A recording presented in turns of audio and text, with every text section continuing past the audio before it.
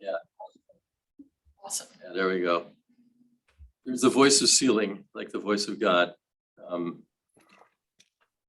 Okay.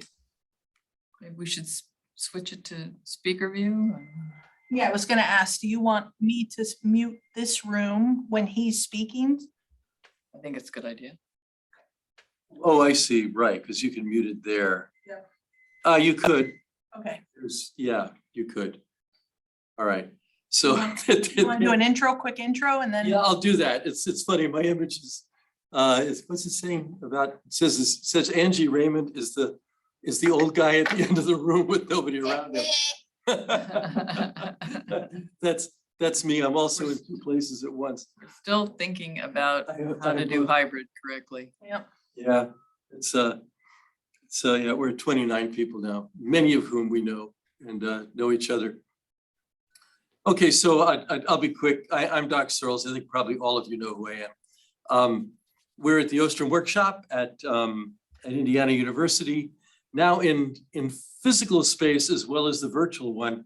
This is a room that's being, it's a wonderful room where we have a whole new sound and Zoom system.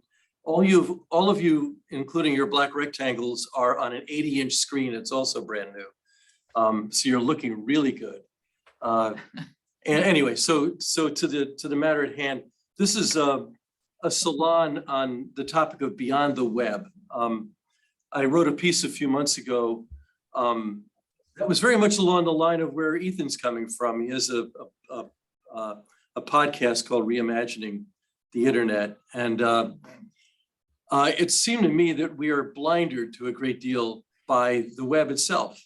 And the client server architecture we kind of decided on a generation or so ago. And there's an enormity of possibilities outside of that are on the internet and TCP/IP and the rest of it. And I've written and talked a fair amount about that. That's all out there for you to read if you want to read it, but I'd rather introduce Ethan, who I was just checking earlier.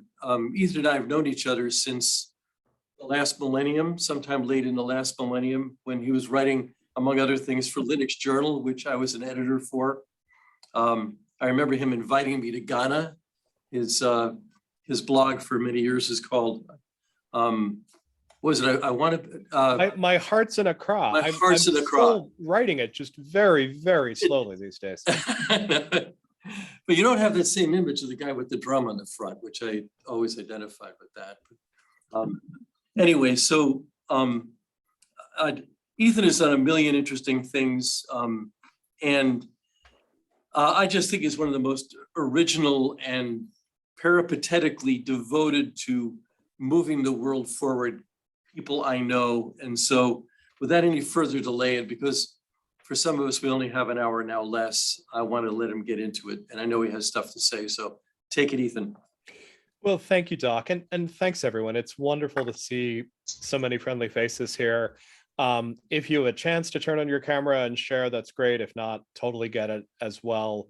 Look, I just want to share kind of a line of thinking that I'm working on at the moment and get some reactions and get some feedback on it. I'm going to use a talk that I just gave a couple times in Atlanta. I gave it first at a place called the Impact Guild, and then I gave it to a bunch of friends over at Georgia Tech. And the hope is that I can get through the slide deck in about 15 minutes and leave us plenty of time to argue about. The theory is that, much like many of the people on this call, I am old and I have been on the web for quite some time.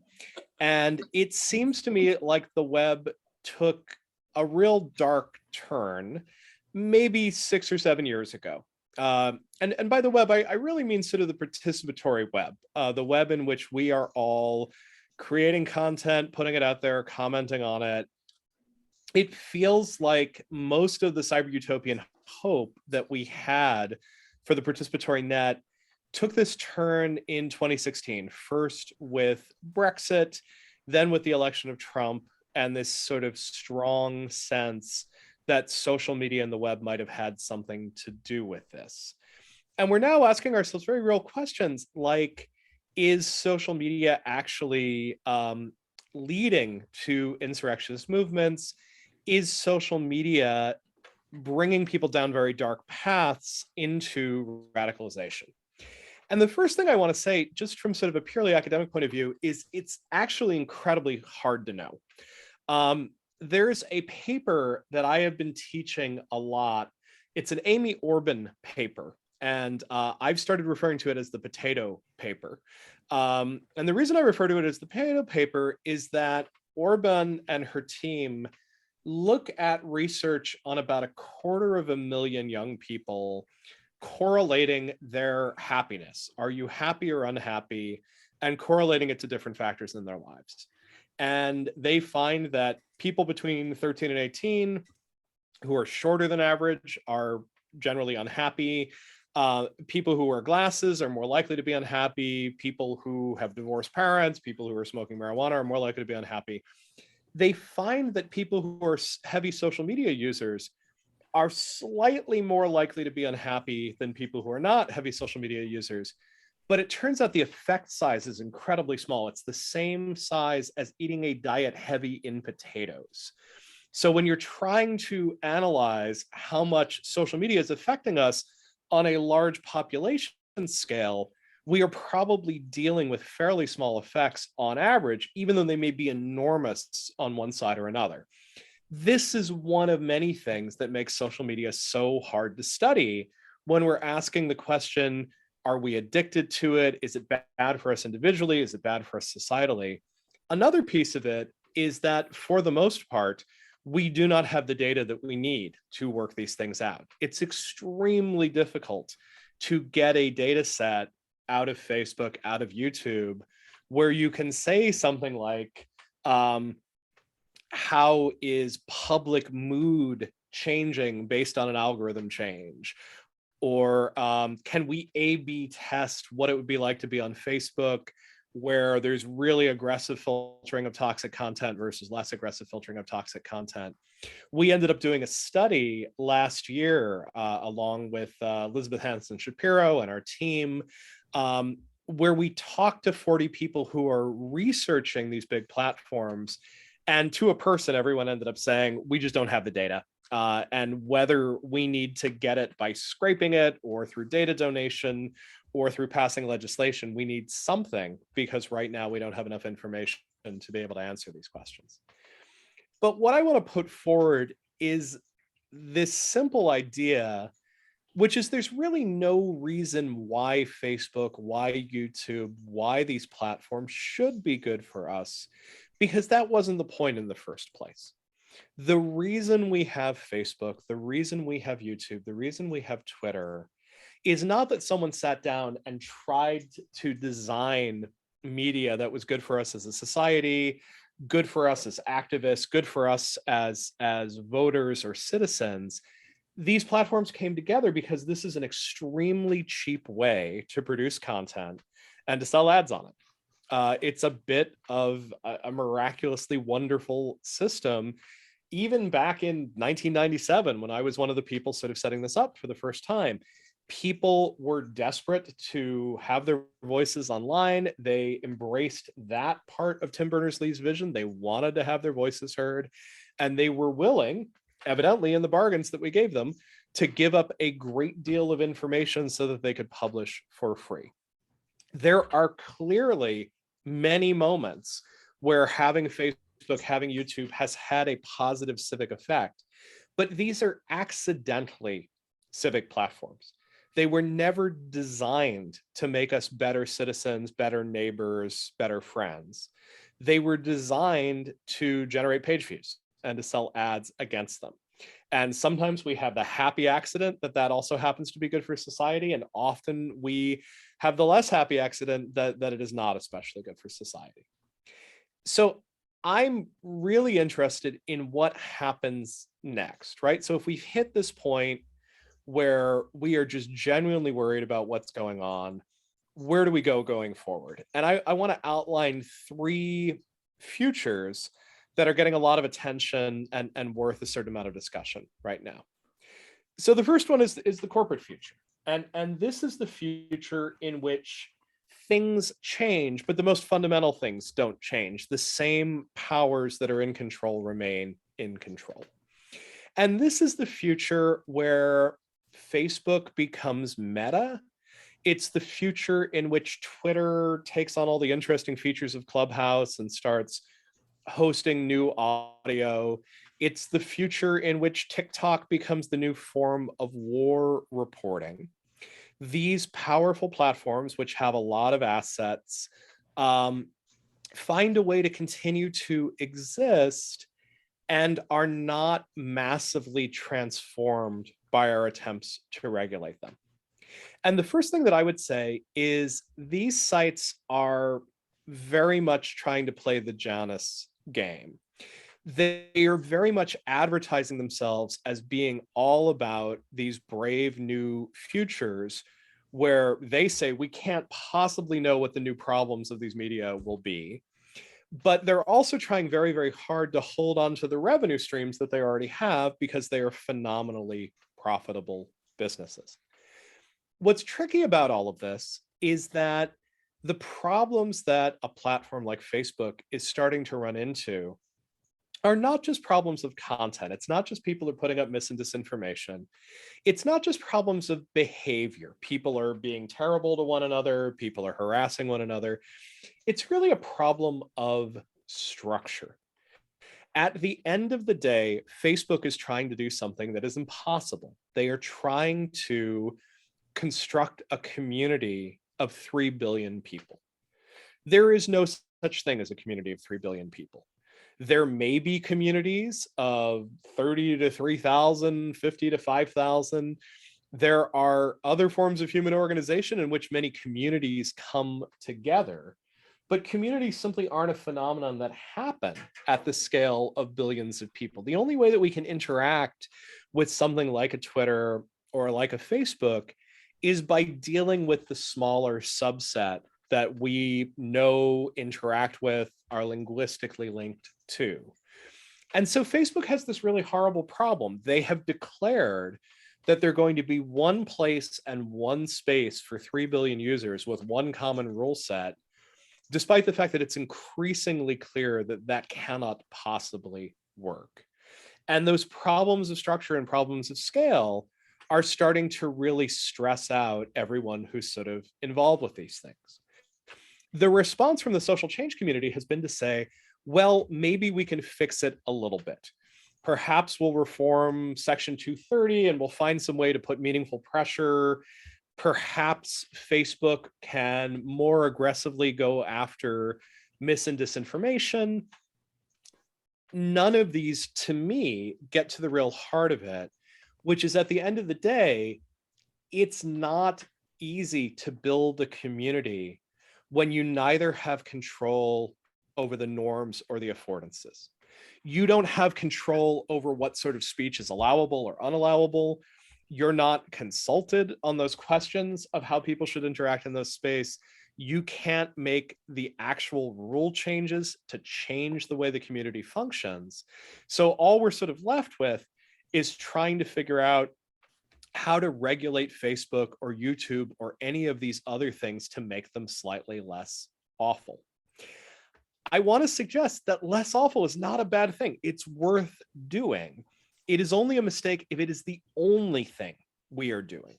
So we both need to make Facebook less awful, as well as thinking about what other possible visions for social media might be out there.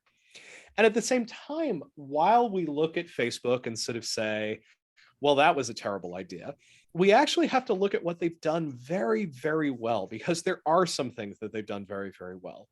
They've actually done a pretty remarkable job with spam most of the time. Most of us are not drowning in unsolicited advertising, despite the fact that there's incredible incentives to do it. We are also not drowning in CSAM, child sexual abuse material. And some of the things that Facebook has put together to try to figure out how you police a community at the scale of 3 billion are tools, possibly centralized tools, that we're going to need in any sort of future vision. So another possible future, one that I'm guessing some people on this call have strong feelings about, what people are now referring to as Web3. I could spend all of our time together talking about why I think Web3 is a terrible idea. I could talk about environmental impact. I could talk about implicit libertarian values. I could talk about fraud and criminality. Instead, I'm going to push my friend Molly White's site. Molly has this wonderful site called Web3 is Going Just Great. When you look at it, it traces all of these various different frauds and scams where people have lost money. In fact, there's a handy dandy counter in the bottom right, where as you scroll down the page, it will add up the amount of money that you've seen lost in these scams. Molly is actually a very thoughtful critic in this space, and I just released a podcast episode with her. But I actually am invoking Web3, perhaps not to praise it, but also not to bury it, to try to take it somewhat seriously. And here the glass half full is that I actually think that Web3 is going after some of the right problems. They are arguing that the structures that we use to think about how we socialize online are inherently flawed. And that's very much my argument as well. It's pretty common in Web3 discourse to see this diagram from Paul Barron in 1962. And for those of you who haven't read this paper recently, it's a super interesting paper. In 1962, Paul Barron is a Polish scientist who's working for RAND. He gets challenged to answer the question, how do you build a radio network that survives nuclear war? And he ends up drawing three kinds of networks. He basically says, okay, these ones on the left, centralized networks, they're toast in a nuclear war. You bomb the central node, everything falls apart. He very quickly skates past decentralized networks. He basically says, same thing as centralized networks, just more nodes to bomb, they still fall. He's interested in distributed networks, networks in which every peer is talking to multiple nearby peers. No one really has a higher degree than others, other than their network centrality. No one is more important. It's a pure peer-to-peer network. This is what Barron thinks we ought to build to survive nuclear war. He does something pretty crazy for 1962. He actually builds a computer simulation of this network and is able to demonstrate that you can bomb half the nodes and you can still get a message from one side to the other, which is pretty darn cool. This, in many ways, becomes the psychological impetus for the internet was built to survive nuclear war. The internet is built to route around censorship and treat it as damage. This is the diagram from 62 that gets us there, because in 64, Barron invents packet switching. So this is a network that I'm going to argue in some ways is sort of imprinted on the insides of the head of almost anyone who thinks about the net. And where Web3 has gone on this is they've gone full right side on all of this. They firmly believe that in order to get away from Facebook, to get away from centralization, we need to go as distributed as possible. And they've tried to do it first around currency and essentially say no Visa provider, no central bank, lots of peers talking to one another. Now, we all know what's happened there, right? Those peers are not equal. There are big mining pools that have a lot more control over Bitcoin than if I end up putting a machine out there. But that theory of decentralization is still the theory behind Web3 as a whole. The idea is that you don't want someone running their own social media fiefdom. If you are part of a social media site, you as a peer are someone who is contributing work, might be contributing compute resources, might be contributing money, and you should have a share in all of this. The problem with these rightmost distributed networks is they're really hard to coordinate. If you have a whole bunch of autonomous peers and you're trying to get them to work together, you either do something like a blockchain, a ledger that's incredibly expensive to write to, or you can do things like markets. You can basically say, I want to make sense of all of these individual actors. Let me go with whoever's token is worth the most. And so this is the assumption that takes us down into tokenized social networks. You participate in a social network in Web3, you are compensated for the time that you put in it. That token both has fiscal value and governance value. You can use it to vote within the system. You can use it to change the rules of the universe that you're within.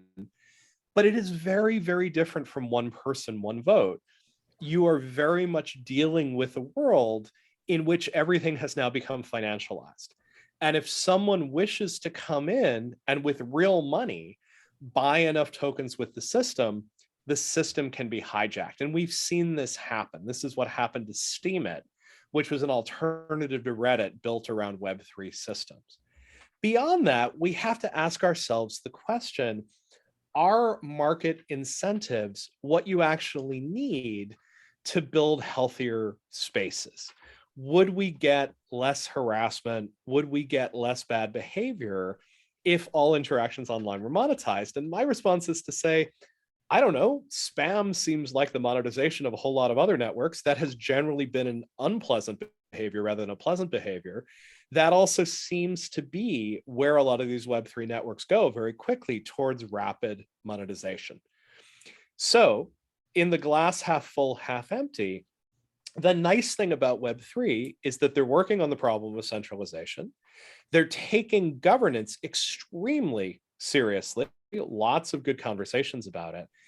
It is possible that the limitation is that there's only so far you can go with tokenized democracy.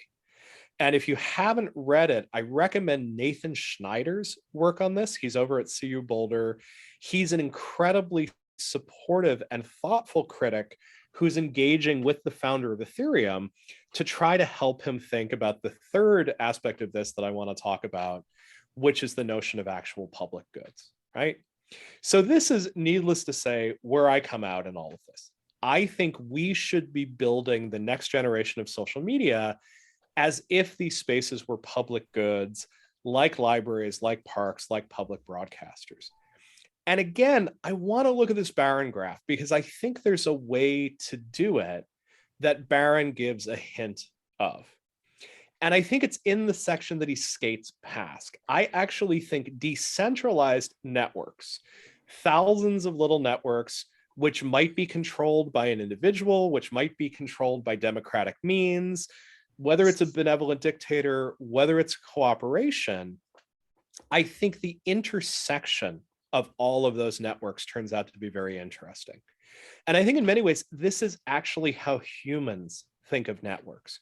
We are the members of many different communities. I might be a member of one community at work and another one in my neighborhood, and maybe my high school friends online, maybe the AA meeting I go to. All of these different networks have different people in them. Sometimes they overlap. They all have different affordances and different norms. They have different rules of the road. Conversations that are appropriate in one space are not appropriate in another space. They might be governed in different ways. The way the local government network is governed is going to be really different than my network of high school friends. And so rather than having all of these things on a one-size-fits-all centralized space, we might think of a world in which there are thousands, hundreds of thousands of little social networks, and we navigate between them. That's actually what I've been working on right now at UMass. We are building lots and lots of little social networks, and they're not hard. They're actually really easy to build. This is a product called Small Town. We build it on top of Mastodon, which is an absolutely brilliant open source community site. Small Town is designed to let the local government or a local newspaper host local, heavily moderated conversations about local political issues. And if someone decides they want to talk about something other than local political issues, we don't let them. We simply say that's not what this space is for. Find another space for it. It has a very clear set of rules. It has heavy moderation. Mastodon has some beautiful moderation functions. We can build this in such a way that we use single sign-ons, that if you're on any other popular social network, you don't actually have to create a new account here. We just sort of bring you in. And it actually is remarkably effective. We're able to focus discussions, in this case, on What's happening at the next town meeting? So this discussion here is about the future of Kendrick Park in downtown Amherst. You might look at this and say, I'm never going to visit that social network. And that's one of the other problems we're trying to fix. So we get it, right? A social network like this is really designed to take a few minutes of your life periodically around local issues. It's not meant to subsume all the other networks. What you need is a tool, which we're also building, that lets you encounter multiple social networks at the same time. And we have a tool called Gobo, which lets you look at existing social networks and newer social networks like this and have a very high degree of control over how and when you see them. Basically, rather than going through Facebook's friend feed algorithm or Twitter's new one, you have control over how you sort those posts, how you put them all together. Do you want, every time something new comes up on Amherst Talks, it to go to the top of your client? Do you want only to be alerted around a particular issue you care about? The theory is that that should be in your hand and in your controls. My hope behind this is that we start building these tools, something like a small town where it's very easy for small groups to bring up social networks, something like a Gobo where you can knit all these things together into a coherent experience, and that we think of them the same way that we think about libraries or roads, as infrastructures that we need to have a functioning society. That means I'm not trying to make money off of these things, but I'm also not trying to pretend that money doesn't exist. I'm trying to ask the question, if we wanted social media that actually worked for us as citizens, are we willing to pay for it? I have theories for how we might do this with taxing existing surveillance advertising and creating a new pool of funding for this. But I also think that we might need to think seriously about supporting this in the same way that, say, European countries support public media, because they see it as inherently necessary towards democracy. The glass half full on this third thing, we know how to do this. This is how open source software works. It's how Wikipedia works. It's how an enormous number of successful projects work. It is not a technical challenge like figuring out how to build an environmentally sound blockchain, which is an incredible technical challenge. It is a socio-technical challenge. There's lots of challenges around moderation and motivation and getting people involved. And on the empty side of the glass, we have two enormous problems. One is that we don't have a natural source of money. Unlike Web3, we can't just mint coins and create imaginary internet money and hope people will accept it. We're also old and boring. And frankly, people don't want to hang out with us. They want to hang out with the exciting Web3 NFT crowd. And some of this is literally a branding problem. How do you get people excited about the fact that there's something interesting going on in the space which could have real solutions behind it? The question I ask everybody is, what do you actually want social media to do? I want social media not just to be less harmful than it is now. I want it to actively introduce me to people in my community. I want it to create spaces where I speak to people who I might not agree with, where there's a certain amount of moderation so that we don't end up at each other's throats. I want to think about and build social media that makes me a better citizen and a better neighbor. At the same time, I think everyone who's working on this problem has at least some component that they're right about. And I think it's really important that we find a way to start building the good web in a way where we're not immediately saying, no, not those guys, to hell with them. Let's actually see if there's some way to learn from them and work together on it. So that's what I'm working on at the moment. And if I could ever get my cursor back, I will stop sharing the screen so we can have a conversation.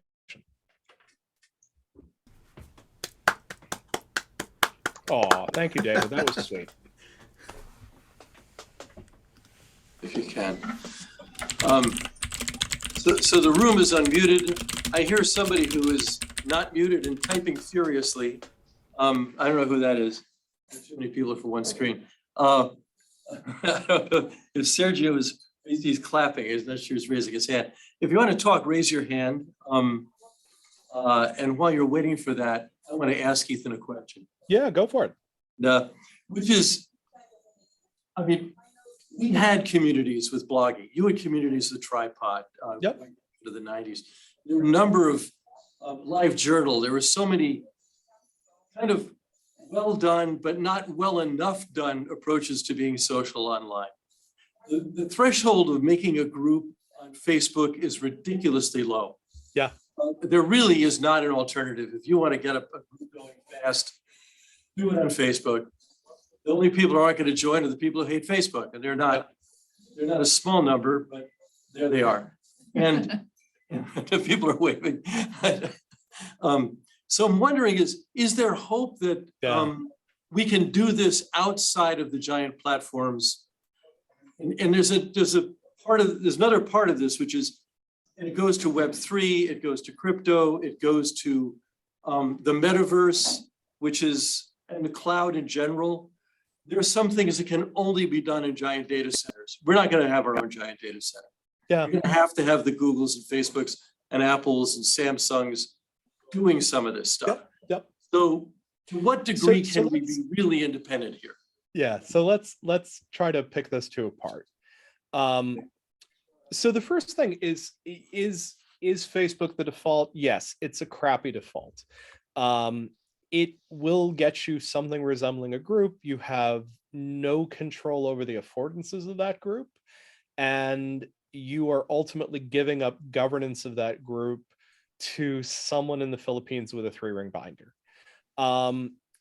But because the assumption is that everyone can use it and it's incredibly low barrier to entry, the assumption is that that's going to be what we end up using. Part of what we're trying to do with Small Town is get the barrier that low. So one of the things we've done is we've incorporated single sign-on. If you are signed into Facebook, you're signed into Small Town. Really all you have to do is click over and we will authenticate you with the same credentials. So it's a way of lowering that barrier to entry. Then the problem is, how do you remember that you keep doing it?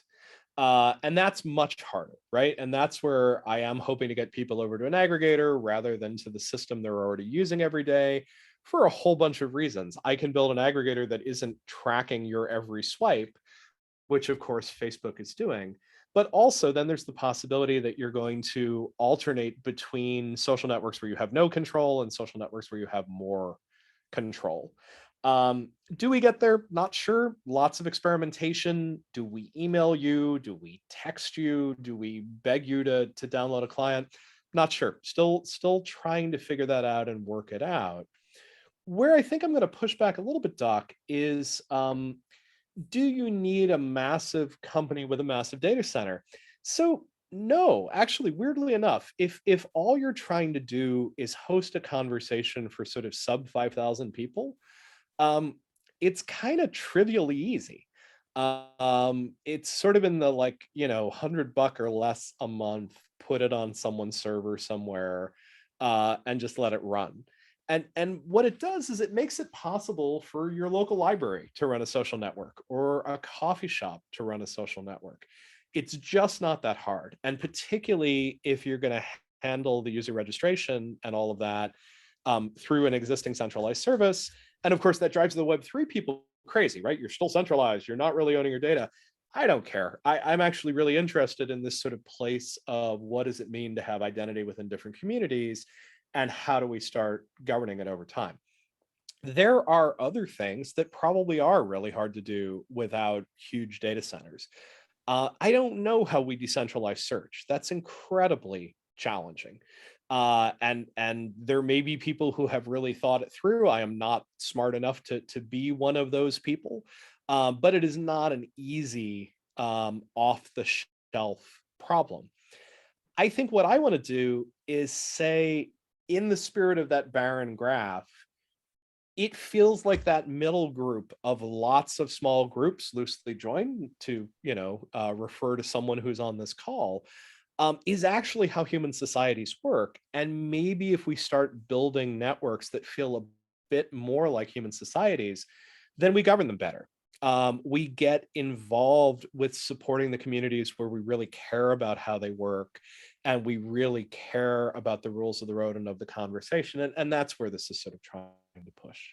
But look, you have a lovely queue of people wanting to ask questions, some of which I suspect are fairly ferocious. Let's go from there.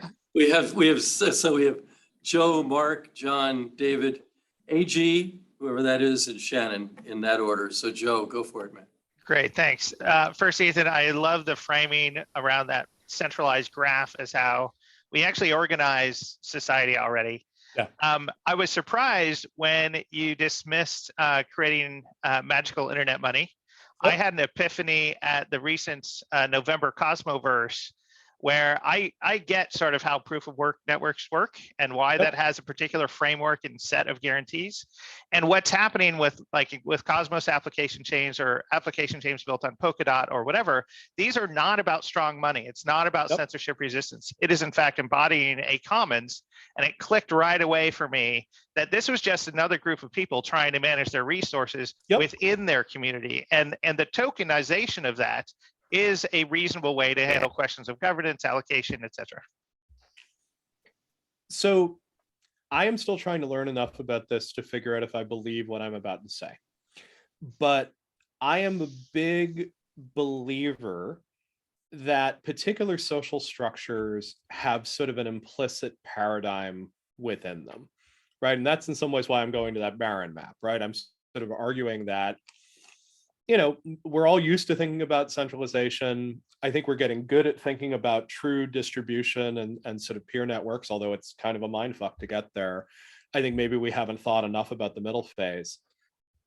I think what I have seen so far in tokenized networks is a real danger that what you're getting is much closer to shareholder democracy than traditional one person, one vote democracy. That if you're going to incent participation, so either participation by creating content or donating machine cycles or any of the different things that these communities need to exist, you give people a number of tokens in response. And if those tokens govern how much you get to vote, you've got the possibility of some very strong inequality coming into systems. There are systems that are more important to some people than to others. They have more voice than others.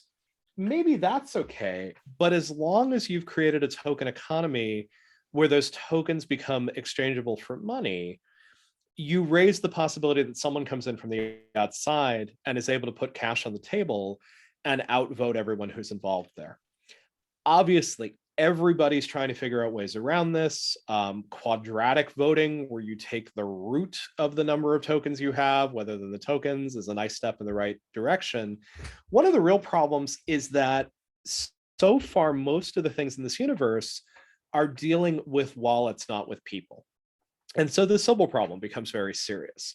If you want to have more voices in a quadratic vote system, just buy a whole bunch of wallets and put the tokens in those, and then you've got a whole bunch of new voices.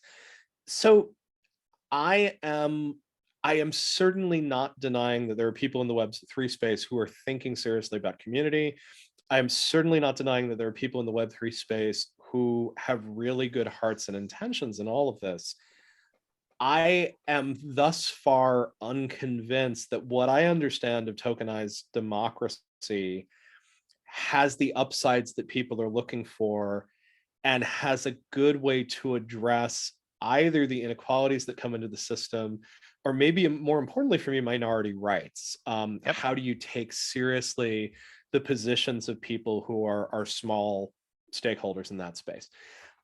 Totally willing to be talked out of it. The person who I am talking to the most on this, again, as I said, is Nathan Schneider, wrote this beautiful paper called The Limits of Cryptoeconomic Governance, which is really worth reading if you find yourself looking at my argument and saying, I think I see the hole in it, because I'm doing a bad job of communicating his argument. Oh, I agree with all your criticisms. I just hope we can get over them. Awesome. Thank you. Should we go to Mark? Yeah. Thank you. Okay. So how about a hybrid of decentralized and network, where the decentralized enables you to have a coherent core to the information flows, for instance, aggregating data about economies globally, and the network allows for egalitarian Mhm. relationships among the people in each node. Okay, so there is a guy, Timothy Forsman, who created something, who works with geographic information systems and digital Earth imaging. He has the Symposium for Digital Earth. I attended the fifth one, the fifth International Symposium for Digital Earth in Berkeley in 2007. Came up with a, basically, he and I agree on the idea. Now, a couple years ago in Australia, he, at the University of Technology, Queensland, he created a digital Earth imaging environment at scale with 4 or 5 other people in the school. Then he created a proposal for knowledge base for designing sustainable economies in the tropics and subtropics, and he was not given the funding. So now he's working on something else. But he's, he and I both want to do that, and I actually came up with the idea. Well, I want to extend it to the temperate zones and the polar zones, because that system would, among other things, be the way that we go in and support Russia in creating a sustainable economy so that they don't go into dark ages chaos because they've lost their oil markets and their gas markets, and they've lost a war, and they've lost all their financial abilities. Because I specialize in figuring out how to build economies, sustainable economies with very little money, but some decent intermediate, decent appropriate technology, as Shoemaker said. So that's then, in terms of the ethics situation, the idea is, if you have like Google Earth or Google Maps satellite view, you can look down at every place. Now I can see our home, the outbuildings in the garden on satellite view. And what it makes possible, and what I conceived of before it was possible, was the idea that you can zoom into the place you're at, and you can, and each person, each community, each family can actually say, can add data about what's going on their land and what's going on in their community. And you would have, and that would be, they'd be talking to each other. Now, instead of everybody, we've got like 5,000 to 10,000 languages. Some number of that between those two is left, maybe 8,000, maybe 7,000. So that means that many cultures. That really corresponds to, it was originally like 10,000 languages, 10,000 cultures, 10,000 ecosystems in patterns in 823 or 867 consistent patterns of ecosystems called ecoregions. And National Geographic and the World Wildlife Fund have the shapefiles for the 867 on the World Wildlife Fund website, are the shapefiles for the 867 ecoregions, which happen to be a really convenient scale for designing sustainable economies, and that are based in nature. So all of these things come together, and the things that we've seen about political people trying to exploit other people, if you have levels of review, levels of, you have trusted people who are moderating, but you also have a system where if someone tries to change the data is flagging. So that's a benefit of blockchain. So Mark, a lot of this is pretty far out of the scope of both what I'm talking about or what I can say anything intelligent about. I am not working meaningfully on environmental change on the global scale. I think your sort of opening point was the combination of small networks and a network that are connecting them, and that I will try to say something about, because I know that there's a lot of other people who want to ask a question or make a point. We are very much relying on the existence of certain network-wide features within this architecture. As I explained at the beginning of it, at the moment, I am relying on the idea that many people are going to be logging on through bigger providers of one fashion or another. They can always become a member of a specific node that they're part of, but a lot of them are going to lean on someone else for that sort of logon system. We're definitely relying on the continued existence of Google and Bing and things like that for discoverability. You may discover this locally in your community, or you may need some help sort of going out and discovering things. The thing that is perhaps the most invisible in all of this is that I want to build this in such a way that there are resources to deal with problems that are extremely difficult to deal with unless you deal with them across the network, like child sexual abuse imagery. You want to have that ability to sort of say, okay, someone is uploading images to this. I need to check this against some sort of reviewable database to make sure that this isn't CSAM or other dangerous imagery within that. So I actually am trying to learn from some of the centralized mechanisms, some of the network-wide services, to try to build communities that already have a head start on solving certain of these problems. But I want to make sure that we have a chance for people to ask questions. So I think maybe let's go ahead to John. Hey, Ethan, how you doing? Hey, John, good to see you. Yeah, great to see you too. I mean, I think you know that I've been like 3 decades doing online community stuff and social media stuff, and starting with the well, where I'm still pretty active. Yep. And the thing, part of what I think is missing here, at least I haven't discerned it yet, is a clear definition of community and kind of how that works, and kind of addressing the real issue of scale in community, especially. I mean, conversations, there's a scaling problem there. One of the differences in social media from an online community like the Well is that if you're on Facebook and you're having conversations, you really don't know who all can see those conversations. Yeah. And that may change from day to day. I think even if you're in groups, it's a little unclear who's seeing what and whether what's being like surfaced to which people and that sort of thing. So I don't think that you can really build a community there. Yep. Especially given my bias as being like in a Well kind of community. But I'm just wondering, like in the work that you're doing, how are you thinking about scale and how are you defining community? Yeah. So, it's interesting. I'm not defining community. I think I'm defining communities. And the idea is that you as an individual might have a number of communities in which you participate. The community is the combination of a set of affordances, a set of norms, and a set of participants, right?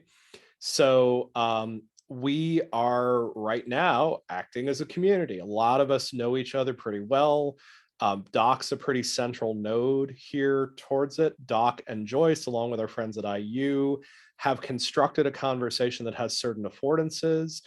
There's a whole bunch of unspoken norms within this, but we could probably articulate some if we thought through it. We meet that definition pretty well for what I'm trying to think about. We also rapidly run into a scaling problem. We're doing pretty well because we had about 40 people in the conversation. If we had 4,000, we would not be doing as well. My theory on this is that when you take the various different communities we are all attached to, and you look at them as a whole, you are then discussing a culture. And you could create some god-awful network graph of all of that, and there would be some highly connected parts of it and some very unconnected parts of it. And you could probably break it apart to different cultures based on that. And they'd have linguistic bases and religious bases, and the thickly connected ones would perhaps be a coherent culture and the other ones wouldn't. I think the hope is that you start building conversations so they are small enough to be useful and big enough to be manageable, or some sort of combination between the two. Part of what you have to build in the way that I'm building something is communities that fork, and fork lovingly and carefully and try to figure out a way to stay in touch with them. And having the notion that you don't just have the small community, but the aggregator with it has a nice value to it. You could choose to stay with the chunk of the fork that you go off with. You could choose to follow both of them and probably be less active in one than in the other.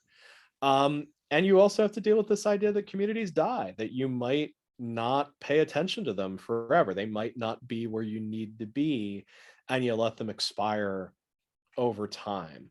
So that's how I'm trying to think it through. I'm really trying to limit myself to 30 to 3,000. It's a real arbitrary sort of number. It won't work for everything, but I'm trying to think about it and trying to think about how you break it apart and keep them loosely joined, as everyone keeps making loosely joined jokes here. But with that, I think we should ask David to make a loosely joined joke, or to ask a question, or any number of things. Loosely joined is no joke, my friend. Of course not. Of course not. Tremendously important. Thank you. I guess I have, well, the question I want to ask is primarily, you at one point made reference to the fact that there are marketing challenges here. Yeah. It's not a technological problem, it's a marketing problem.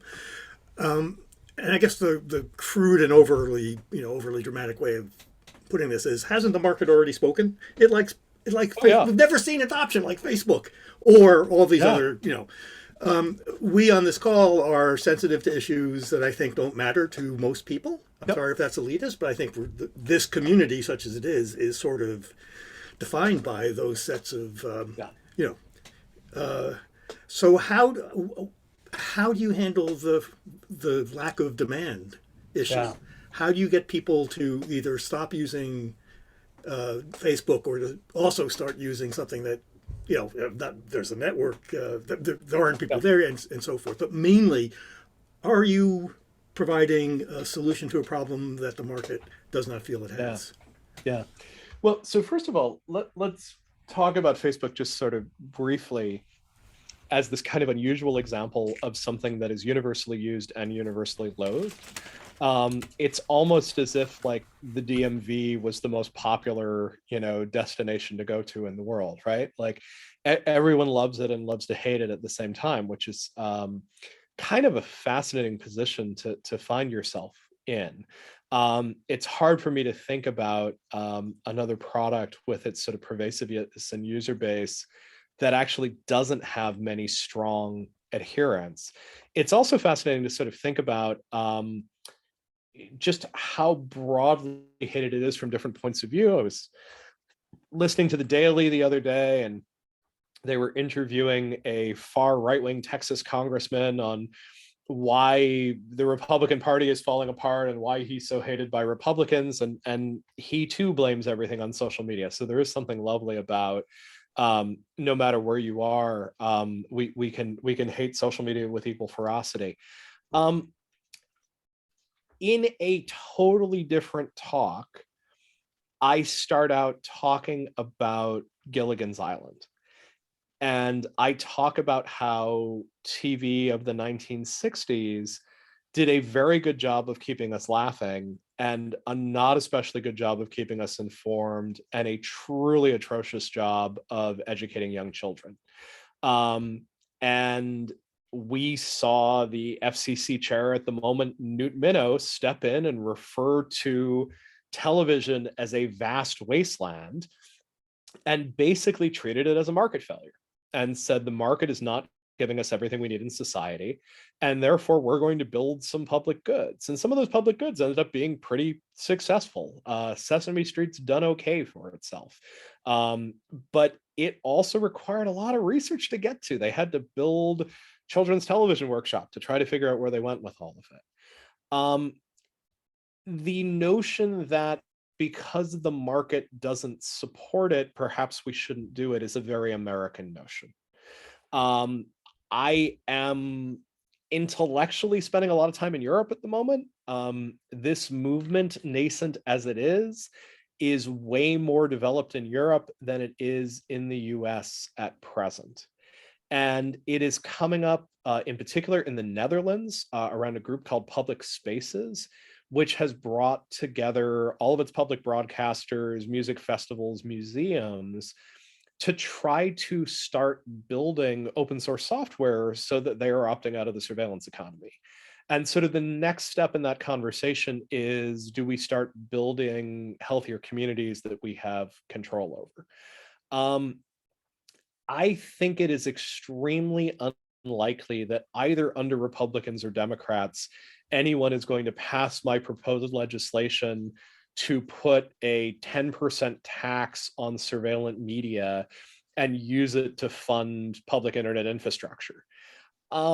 But the Dutch might be just crazy enough to do it, or the French or the Germans. So there really are possibilities where you could have a conversation and sort of start these things out. But sort of the first point of the conversation is you have to acknowledge that things are worth doing that markets are never going to pay for.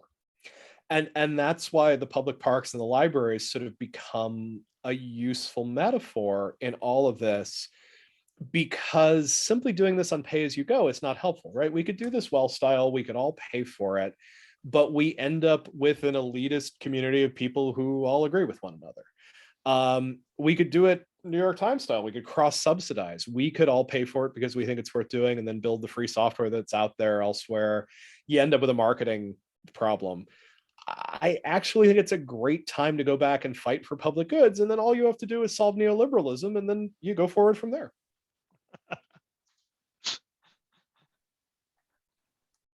So I think, Adrian, you may have involuntarily jumped the queue. I know I had Shannon up there at some point, and I think also David. Doc, am I right on this? I'm trying to do a few maintenance while I'm doing everything Okay, else. so the mute's off. No, Adrian was AG until he fully named himself. Adrian was AG, so Adrian's next. All right, go for Yeah. it. Okay, so briefly, I fully buy into and have bought into the community and the commons aspects of your thing, my perspective. My question to you are about two of the universal or the broader foundations that you've been talking about, things that apply across communities and nodes.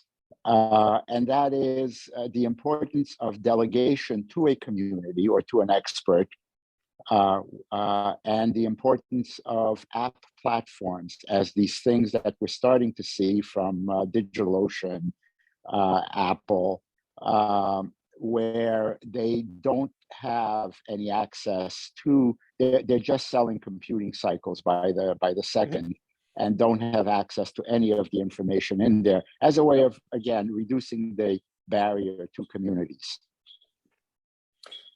So I don't know enough about the model of just selling cycles and not accessing the data. It certainly sounds promising for what I'm thinking about. I take very seriously Moxie Marlinspike's observation that people don't want to run their own servers. As someone who has run a lot of servers over the years, I no longer want to run my own servers, and I don't run my own servers. I am outsourcing these little Mastodon servers to people who like running thousands of Mastodon servers. I'm not hugely worried about what's happening on them because they're mostly about public conversation, but I would worry a lot about them if I were doing them for AA meetings, for instance, and I was trying to keep things highly anonymous. So absolutely worth thinking about there. The question of management and delegation is an interesting one. So I am interested in the idea that we might actually undo some of Bob Putnam's bowling alone problems by doing this right. So there's a really good article called How to Put Out Democracy's Dumpster Fire by Anne Applebaum and Peter Pomerantzoff. And they begin it by looking at Alexis de Tocqueville traveling in the United States not terribly long after the French Revolution. And de Tocqueville's trying to figure out, how did the US pull this off, and how did France go so badly off the rails, right? You know, France has followed in the US's footsteps, and poof, Robespierre and the terror and all sorts of bad stuff that's come out. And he ends up sort of saying, well, Americans are amazingly good at associations. Anything that you would expect a duke or a noble to do in France, Americans are doing with associations. They form libraries, they form fire companies. And what's interesting about that is all of those associations ensured that Americans had at least some exposure to governance, to trying to figure out how do you take a whole bunch of people who don't agree with one another and get them to have a conversation, and ideally get them towards consensus. When Putnam is mourning bowling alone, it is not that he is sad that we don't have bowling leagues anymore because he liked bowling. He's sad that we don't have bowling leagues because bowling leagues forced someone to be a treasurer and figure out how to handle the money, and someone to be the president and figure out how to call meetings, and people would learn Robert's Rules of Order and try to figure out how to run these things. My hope is that many of these communities that we're talking about become self-governing, that they are not run by a benevolent dictator, they're run by some sort of an elected council. And that in the same way that many of us got our training wheels for democracy by participating in these various different associations, that these online spaces that we help govern end up being the spaces that teach us how to be small d Democrats. So that's really what I'm sort of hoping for out of all of this, is that we delegate, and ideally we delegate and distribute power, and ideally we do it democratically. So that's the part of this that in many ways is the hardest to articulate and possibly the most important part of the vision. Shannon, can we go over to you real quick? Sure, I'm going to be a downer, I think. Go so for I it, man. think that there's a fundamental problem that you're failing to recognize, which is that most people don't want to engage all of their time and attention into one community. And the success of Twitter and TikTok and Facebook and YouTube has entirely been, you don't have to in order to find a community. You just have to react to the same post or share the same hashtags, and a community self-forms around a topic. But you don't have to spend all of your time and attention in one. And in fact, your overlapping networks kind of feed into those communities. So you don't have to be only thinking about books to participate in book talk or book Twitter, and to find your tribe of authors and writers and readers. And you can then break into another community elsewhere on another platform. But the thing about all of these platforms, once you have many groups, and I've argued about this since the Usenet days and since news groups and other communities, when you have so many different places where a conversation could happen, you have a mental question of like, where do I go to engage on this thing that I care about? And that threshold becomes harder and harder the more communities exist. And so like, where do I go to find what's happening locally around me? Or where do I go to find someone to play a game with, or to talk about the latest book I read? And there's no easy answer to that. And the more communities you have and the more communities you're a part of, the harder it is to figure out where that conversation is happening. And you might post in many different ones and then try to track the responses, and it gets really hard. But the advantage of a many-to-many network like a Twitter is you just post it and people react, and you get that engagement. And over time, you find other folks who share common interests, but you don't have to pre-select. Yeah. So Shannon, maybe the first thing to say is that I don't need Twitter or Facebook to disappear for me to succeede. Sure. Oh no, I'm not arguing that. I'm just saying that there's this fundamental problem of focusing on. No. I'm going to address that. Groups. I'm going to address that as well. But start by, what I'm talking about is a world of many networks, including huge multi-interest networks like the ones that you're talking about. And the tools that we're building very much let you move between them. I think part of what we've been thinking about in design on this is, I come out of the Usenet internet. That's my sort of native first internet, and that's a topical internet, right? You go to the specific topic to talk with a specific group of people around a particular set of issues, and if you're off topic, you're going to get deleted or asked to leave or something along those lines. And that, in many ways, was the dominant mode until Facebook and its immediate precursors sort of caught in and said, no, we don't care about what topics you're into. We want to care about who you know. These friends, these are your only friends. They're your same offline and online, and you'll talk about them with everything. And the answer is those are actually both very valuable ways of thinking about social circles. And the diagram that I showed tried to show a hybrid between the two. My high school friends don't always talk about high school. They talk about a bunch of things. We talk a whole lot about parenting. And some of the groups are topical rather than personal. I think in a world where you have the ability to alternate between the very big networks of help me find someone to interact with, help me find my tribe, help me search for information, as well as much smaller groups around topics and around groups of people, I actually think that gives us the ability to have places that are more at human scale, as well as some of these places that are at extraordinary scale. So again, part of what I'm trying to do in this is think about how we make things better without entirely abandoning what we have. A big part of what I'm reacting to is the ways in which many people who've sort of worked on the future of the web have said, well, first of all, we all quit Facebook and Twitter en masse on the same day, and then we move to the new thing. That's never going to happen. And part of why it's never going to happen is that there are things that these networks are very, very useful for.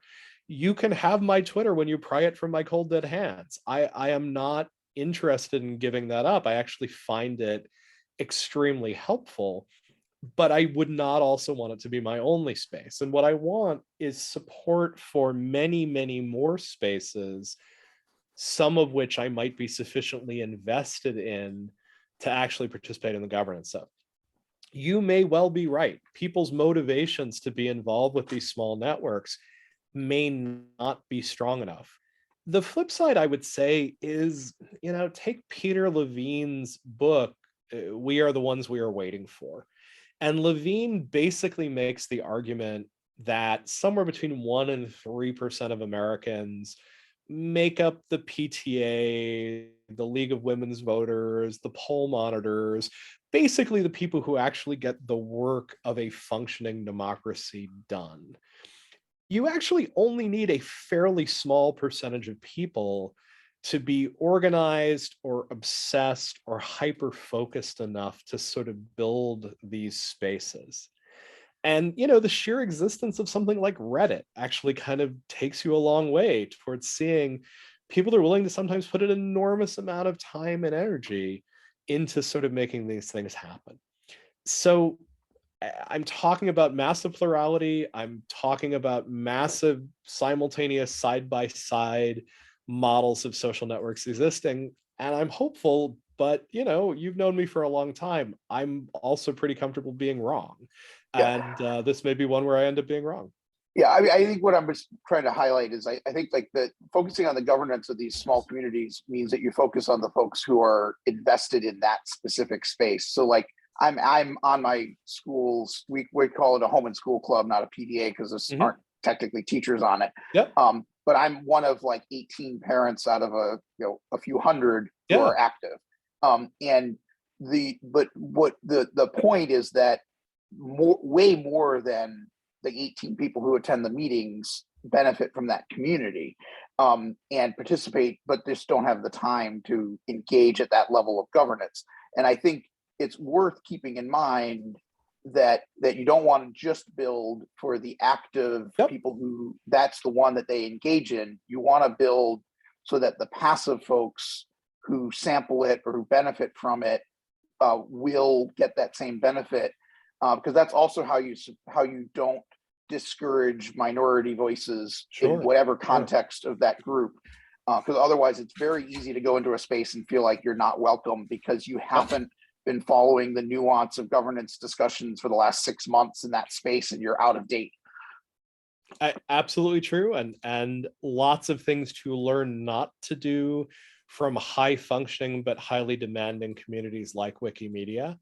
I think part of what I'm really wrestling with at the moment is I have a small lab at an underfunded state university. I am talking about building an open, expandable platform for small internet communities with strong governance features. And the client that sews all of these together in a way where you have lots of control over what you see, and the policy program to try to figure out how to make sure that these tools actually have a chance in the world. Because right now, if you try to aggregate Facebook, they will sue you into non-existence. And I'm trying to figure out how to do this sort of PR and marketing around it. And I'm not quite sure which pieces need the most emphasis at the moment. Your points are extremely well taken. I think for me, the question now is, I'd love to get a few dozen people using a few dozen of these systems, at which point I'll start worrying a little bit more about making sure that they're accessible to the hardcore and to the light users. David, I before you ask a question, what am I seeing in your background? Okay. It's both exciting and distracting. It's welcome to Europe. I'll give you European perspective. That's a camera out my flat. That's Finsbury Park in London there. So lovely. Yeah, I just have a bit of like you say, hyper-local context to the conversation. Indeed, yeah. It's kind of ambient media, yeah. First of all, I completely share your interest and motivation in creating a greater diversity and richness in the small group governance or small group deliberation, getting that kind of local culture empowered, like many people do. And I do detect a very big difference between the European and the American context. So I've been, and I would like to bring up 2 points or 2 areas that I think are not emphasized as much as I would like to say. Yeah. I certainly have been, like I think many people on this call, involved in this kind of work since the late 80s, early 90s. Yep. In these sorts of knowledge communities. And we've seen many of them come and go. It's very common, you know, I think back to, for instance, there was a big UK and European movement in hyperlocal media, funded quite well by local governments and communities, lots of teaching. And the thing that continually comes back there is the problem of the business model around these. And it is quite clearly the business model, even from it was apparent, you know, in the first .com boom, how the business model skewed the original values and purposes of the architects and the communities involved in the early internet. And I note that there was very little discussion, again, in your approach to this about how the business model might change, apart from your assertion, which I loved, or your comments. But I find it strange that it's done with this sort of sense of, I don't know how I'd say it, like of embarrassment about the idea of taxing advertising to pay for the public goods. I mean, it's certainly something I've been advocating since the early 2000s, and it's not even in a European context that hard to make an argument for advertising as being a kind of form of pollution, knowledge pollution, and just like other forms of pollution, taxing it and putting that into educational material, public knowledge commons of one form or another is shouldn't be that radical an idea. We do fund a lot of other public goods through that sort of mechanism, but also it's a very simplistic one. So really being much more creative about the fundamental problem of the business plan or the business model or the business logic around how you fund the diversity of these communities is, I think, central. You really have to tackle that problem seriously. And obviously in the DWeb space and prior to that, also in community currency space, many people have taken that as a very central challenge and put a lot of work and a lot of research into it. So studying that and embedding that into the technological infrastructure is I think a core part of it. The second part wasn't mentioned at all, and this is probably, I think, a lot less known or a lot less thought about, which is really the difference between tokens, which there was a lot of kind of dismissive and understandably dismissive talk about markets and tokenization of human culture, which is pretty obvious when you think about it. You don't want to tokenize your family and lots of very valuable kind of aspects. But this distinction between tokens and language. So in blockchain and D-Web space, and you know, we don't need to talk about, well, too much about the environmental impact, because that's just historical largely. We won't go into that. There is obviously the ability to use language and smart contracts, or just any form of programming language, in defining the governance of your group, and not just relying on an oversimplification of tokenization. That goes back for me, like when I started to work with democratic systems in the early 90s, I started to work with voting systems and currency systems. And this kind of tokenization was very, very problematic to me. And when I started to work with group facilitation and how groups come together, and the richness of that kind of those conversational communities, and the inability to capture that with individuals on a network and tokens, but began to find out how you could create group cultures using basically law, and how you could create agreements in text between individuals and groups. And you could use that, which is a long historical tradition, and then seeing how you could actually start to use that to create domain-specific legal languages, which later on, when blockchain came around, I thought we can use some of that, the robustness of smart contracts in a legal sense. And this, so I work currently now with a new language, or several languages, which are legal languages, domain-specific legal languages, which can compile down into different blockchain or pure JavaScript. And you can then embed them in your governance interfaces. And the idea is, if we can democratize in an open source way with an open language, and provide more general access to people to describe their values in language and embed them in their communities, you could have the same cost effect that the internet has in creating and supporting the diversity of organizational constructs. And where you get value and where you might get traction in that community, which has been brought up a couple of things, where you add value is, for instance, in innovation culture, or in the quality of conversational groups. There are quite a few domains where, if you can prove the richness and the increased power of more sophisticated contextualized governance, that becomes appealing for people to join those groups. And if it's then very cheap to be able to fork best practice from one group to another, then you can see the spreading of diverse cultures of rich forms of contextualized governance. And so I think when you combine that, which is the use of language rather than simple token and market economics, which there is a whole range of tools in that space that we can also use. But when you start to talk about language, that you can run workshops with communities to design the form of governance that you want.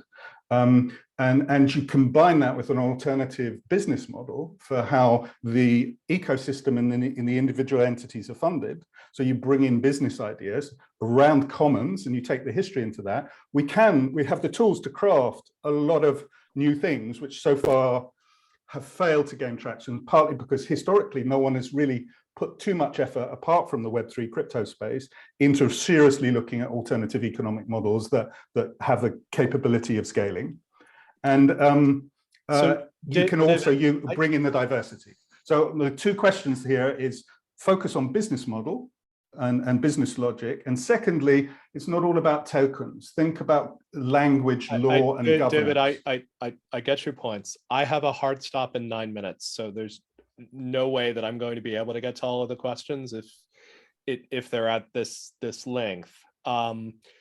Look, in a US context, the idea of taxing people and using it to fund public social media is radical to the point where you get laughed out of rooms. I'm glad that it is Yeah. less radical in a European context, but in the context that I am working in, it usually appears in the slide deck before a slide that says, "Are you fucking crazy?" And then Yeah, I no, go no, ahead no, to no. try to explain why I'm not entirely crazy. Your proposed solution with language instead of tokens has some real value and validity for certain communities. I believe that there are many, many communities where trying to come up with legal language that compiles down to a blockchain is overkill in the extreme. And I'm trying to support everything from a bunch of high school friends who want to get together once a month and check in on each other's kids, all the way up to how do we have a discussion in the local neighborhood about the local park. Just to say, we work with dance and musicians and local communities in different cultures. So yeah, you can make it a lot of fun and very easy. Just because there's code behind it doesn't mean you can't create a good interface. The point is taken. I'm also trying to argue that there probably is value of letting a bunch of people sit together and say, we're going to try these rules of the road. And you know what? They're not going to compile into legal code, and they're going to break the first dozen times. And we're going to go through the process. That's the workshop process. Yeah.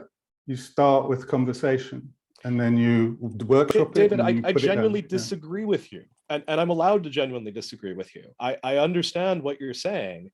I actually think sometimes you have to go out and have a community face problems for months or years at a time and then sort of edit itself over time.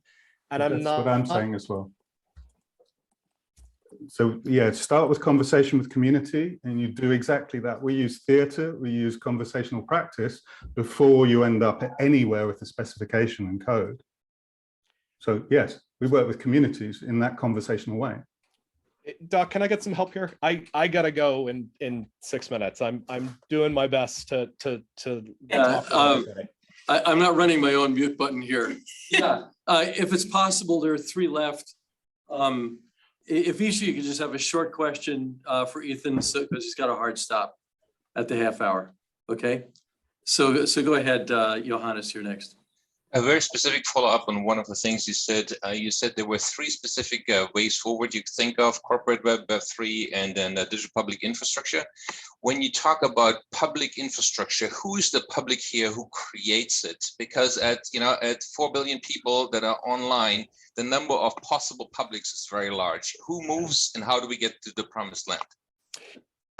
Yeah, the theory that I've been trying to develop is that you're trying investment at the level of a state or a nation that's capable of regulating an economy and taxing, and is basically capable of saying, this model that exists on the internet, we're going to try to capture some of the revenue from it, and we're going to try to repurpose it towards building tools. And whether those tools are moving in a distributed ledger fashion, or whether they're moving in a much lighter informal fashion, those tools are hard to develop. They take a lot of time. They need some funding. The theory is that those tool sets are the infrastructures that we are building upon. So you could have lots of them. You could imagine as small as a town deciding that we're going to get together and mutually invest in our infrastructure. Infrastructures tend to be heavy, they tend to be bulky, they tend to take a while to pay for. And that's often why they end up built at the nation or state level. Michael, you're muted. Not thinking I was going to make it, I was just typing.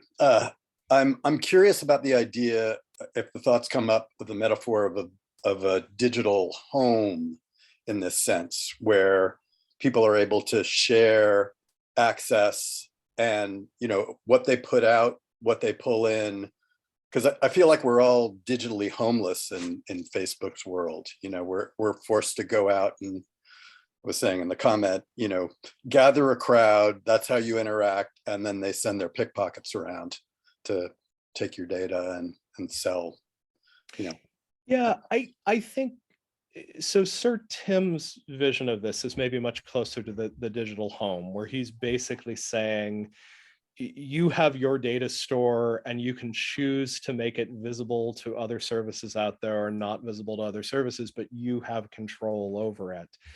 I'm in some ways, I think I'm less focused on the home than I am on the third space, right? Like I'm interested in you having a bar or a church or an AA meeting or whatever space you need to have those interactions. And that's what I'm trying to build for. I do think some of those tools that are being designed that sort of give you a personal data store and control over it are being very thoughtfully put together. I think at the same time, trying to figure out what's your boundary between your home and the rest of the world is incredibly challenging. And what I've had a hard time so far talking with Sir Tim is sort of understanding how you're going to communicate to people how your work is going to be used or not used. So I think it's a valid question. I think it's a little out of scope for what I'm trying to do here. Martin, do you want to toss in a question? I'm not going to do that because you don't have time and we're almost done. I just want to say I really enjoyed this. I can't wait to speak to you in May when you're in Amsterdam. Doc, come on over as well, and let's do this with everybody here locally on stage. Oh, that's great. Martin, I'm mostly going to be in Utrecht. So I'll be speaking at the university, and then I'll be over for public spaces for the second day of the conference there. But I will be in the Netherlands for at least 3 or 4 days. Awesome. I'm going to be in London for a couple, Paris for a couple, Copenhagen, and then Utrecht is that particular tour. Oh, good. I was on stage last event for them, so I know them well. I'll make sure we'll bump into each other. Thank you. Great discussion. I'll wrap it. Thanks, Martin. Doc, do you want to say a closing thought? If you don't have to close, I have to close, but yeah, I know, and we do too. A couple things. One is, I think we've held on to more people on this call than on any other that I can recall. So in general, there tends to be attrition with these kinds of things. There's very little here. And I think most people have left only because they had scheduled things to do. This has been fantastic, Ethan. Lots to chew on. Very, very active back channel on this whole thing. Oh yeah. Not only in the chat on the right, but also on Twitter and I suppose elsewhere. So thank you everybody for participating in this thing. For those of you who don't know, you can save the chat off. We're recording this. You just hit the 3 dots down at the bottom of the chat and you can save off the chat if you want for yourselves. But again, this has been terrific. Really appreciate having you. We'll have to have you back if we actually have this. In any case, we do have to talk. Well, thanks everybody. I've got to run, Doc. I hope you'll send me a copy of the chat. Everybody, I'm sorry that the answers were short and cursory. I am findable in many, many different ways for anyone who wants to continue the conversation. And I really appreciate everyone coming out and staying to listen. Thanks, everyone. Thanks, everybody. Thank you. Bye now. Bye-bye.